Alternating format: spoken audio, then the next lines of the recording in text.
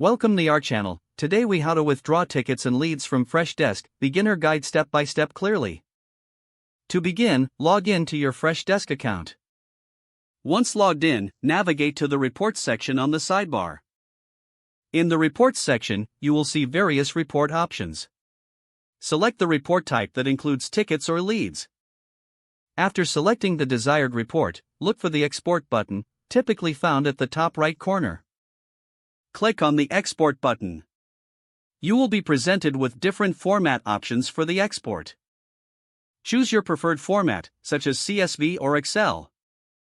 After selecting the format, confirm your choice by clicking the Export or Download button. The system will process your request and generate the file. Once the file is ready, it will be downloaded automatically to your device. Navigate to your Downloads folder to locate the exported file. Open the file with a compatible application, such as Excel or Google Sheets. You can now view and analyze your tickets or leads data. Make sure to save the file in a secure location for future reference. If the page does not load, refresh the browser or try again in a private or incognito window. Make sure you are using the correct email address, then retype it carefully to avoid small typos. If your password is not accepted, use the reset option and create a new strong password you can remember. Check your spam folder for verification or security emails, then complete any requested confirmation steps. Enable two-factor authentication if available to improve account security and reduce unauthorized access risk. After signing in, review your profile details so your contact information and settings are accurate and current. If you see an error message, note it down and try again after restarting your device and internet connection.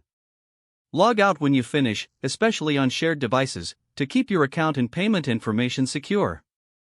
If the page does not load, refresh the browser or try again in a private or incognito window.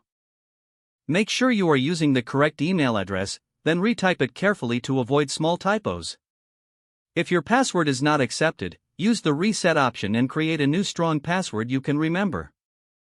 Check your spam folder for verification or security emails, then complete any requested confirmation steps. Enable two-factor authentication if available to improve account security and reduce unauthorized access risk. Don't forget to like this video and subscribe to our channel for more step-by-step tech guides.